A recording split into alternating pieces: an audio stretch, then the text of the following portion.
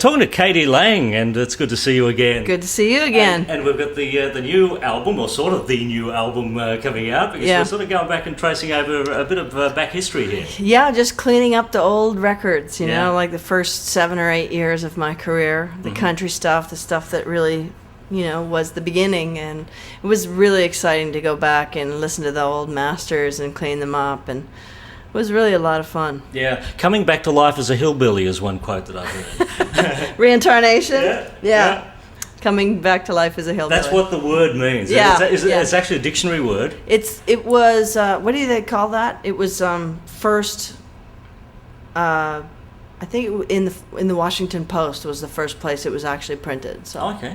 Someone invented a word. Yeah. I've always wanted to invent a word. Yeah, me too. Well, you can. I mean, like, just in, you know, skloop, you know, it's like, there's a word. Yeah. Because, I mean, you know, hillbilly's not exactly the right term, is it? I mean, you were labelled cowpunk in those early days, weren't you? Yeah, cowpunk, yeah. Yeah. In fact, you probably invented that term. I think maybe I was a part of inventing that term, yeah. Yeah.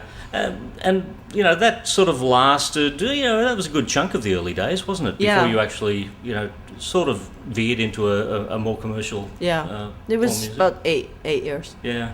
And, you know, going back, obviously, you know, you enjoyed that period of time, and, you know, as reflected with the new album, you actually going back and giving people, I guess, you know, for the first time, some of those very early songs that, you know, unless they bought them at your gig way back before you were signed to a major label, people would never have heard before. Yeah, there's 3 songs on here that have been previously unavailable, so it's good, it's exciting. Yeah.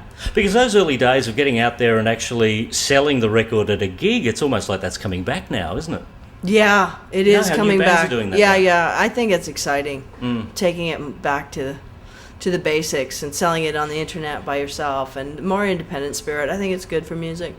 How difficult was it for you back then as an independent artist, you know, to get out, produce your own records, sell them at your own concerts? Actually, it was really invigorating because you were like, you were a part of everything. It was like really creative. I loved it. I loved it. I think it's just a real integral part of the process. Of just, you know, learning that, putting up your own posters and trying to tell people get your gigs, and it's fun. Yeah. Do you find that a lot of the newer acts talk to you about those days and sort of work out sort of a template of what you did, and they want to do it themselves? Because, you know, I'm seeing a lot of independent bands are actually going back now in 2006 and almost following that 1984 formula. You know, no one has ever talked to me about it, but until now. Until now. So some of those early songs, let me run through a few. Friday Dance Promenade was the very first recording. Yeah. Tell me about recording that song the very first time. You remember your first day in the studio recording that first song? Yeah, it was really, really exciting. I was in my manager's studio, 16-track studio in Edmonton, Alberta, and actually Amos Garrett is the guitar player on it. So it was pretty exciting, and just the experience of it was, you know, it's like a kid in a candy store. Yeah, but I guess over the years, you know, the career took off, and obviously the budgets expanded when recording. You know, what about the difference between, you know, then and now in a recording studio? I mean, you know, you get the opportunity now to go in and basically do whatever you want, don't you? Yeah. Whereas then you had financial constraints back then. Yeah, I keep it pretty simple though. I don't write in the studio.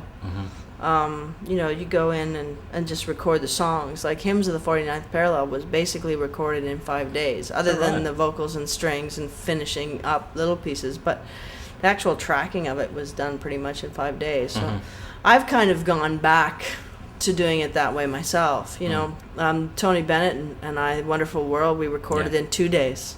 So, I mean, it's really important to me that that music continues to be collaborative and communicative, that it's an experience, you know, of communication. I guess from the sheer fact that this new album has been released, the Reclines, you know, we're hearing a bit about the Reclines all over again. Yeah. Who were the Reclines? Where are they now? They're musicians scattered all over Canada. I mean, Ben Mink was in it. He's making a record with Ann Wilson of Heart, actually, right now. Oh, wow. Teddy Borwicki still plays with me. He's from Edmonton, but they're working musicians in Canada, I think, for the most part. Because you and Ben had great commercial successes, later on, didn't you? Yeah. We have a good relationship. We continue to work together. Constant Craving, still the signature tune, do you think? Yes, definitely. Yeah. Well, Crying, but yeah, Constant Craving, I think. Yeah. Well, Crying was an interesting one, wasn't it? Because being a Roy Orbison song. It was kind of handed to me. Yeah. It was kind of like passing the baton kind of thing. Yeah, because you were also part of the Black and White Night as well.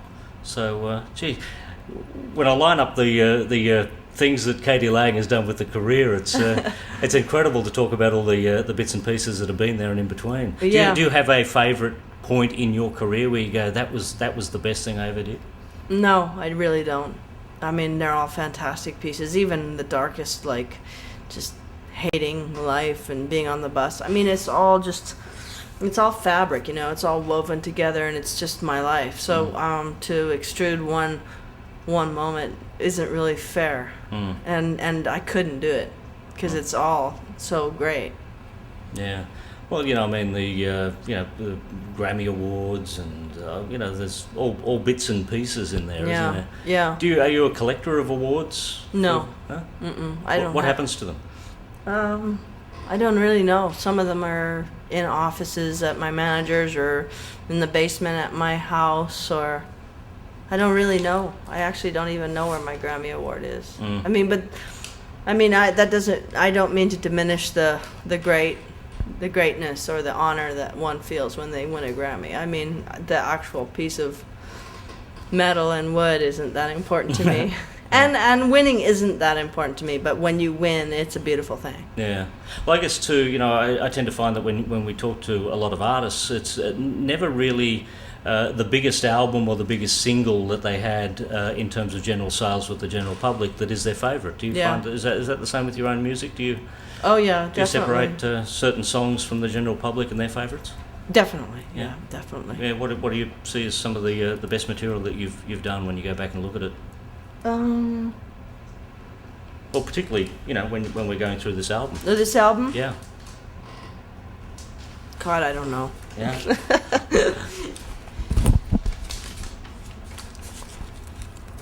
It's difficult, isn't it? Do you become too close to it? Yeah. Is that what it is? Well, it's like kind of looking at your hand going, which one is your favorite finger? It's like, well, I like this one for doing that, and I like this one for doing that. Yeah. I don't know. It's really, like I said, it's fabric. It's like you pull one out and there goes the whole thing. Sure. I don't know. Angel with a Laureate, that was the first commercial album, yeah, wasn't it? First Sire Records, record, 1987, produced by Dave Edmunds. Yep. Recall being in the studio with Dave Edmunds. Well, Dave Edmunds was in the car snorting cocaine most of the time, so I was in the studio with Ben Mink. So the great news about that experience was it really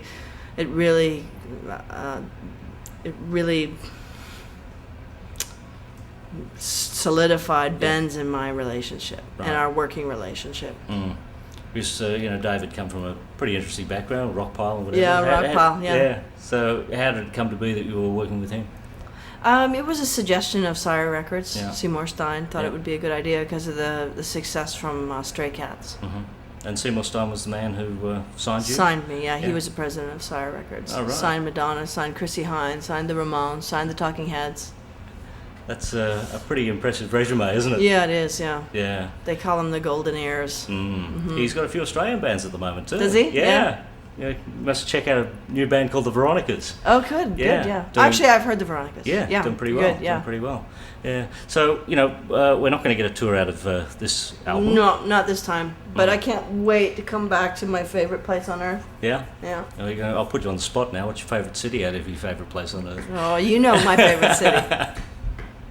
You know my favorite city in Australia, but I can't tell you. I can't tell them because there'd be hell to pay. Yeah. I'd be down there and I'd be in trouble. Yeah. Now you're going back into the studio start work on the new studio record, or is this a writing session? What I'm writing right now. Yeah. Yeah, I'm writing and painting. Just see what happens.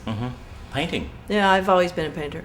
And have you done exhibits? Never. I will never do that. Is because, that right? just because my music is, it's sort of I've sort of handed it over to the to the throngs. But I think that with my cooking and my painting, I will always keep that as a private art. Yeah, the Katie Lane cookbook. No. No? No.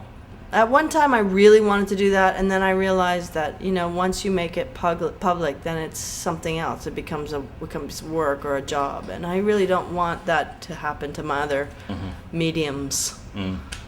Well, let's talk about another favourite passion then, walking dogs. Walking dogs. Yeah. Yeah, got my hiking boots on. Yeah. Can't wait to get home. Yeah. How's the dog? Fantastic. Dogs. Dogs. Yeah. Names? Sailor. Yeah. And Luke. Uh-huh. Yeah.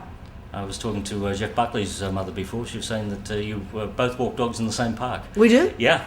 Really? Yeah. She probably walks straight past you and too embarrassed to say anything. So. Well, what's her name and what kind of dog she have? Oh, well, that's what we will endeavour to find out. I should love to meet Jeff Buckley's mother. Yeah. She's here at South by Southwest. Yeah. But it's been good to catch up with you again. Thank you. Hopefully we will see you down on the next album, if not this one. You're my favorite city. Yeah.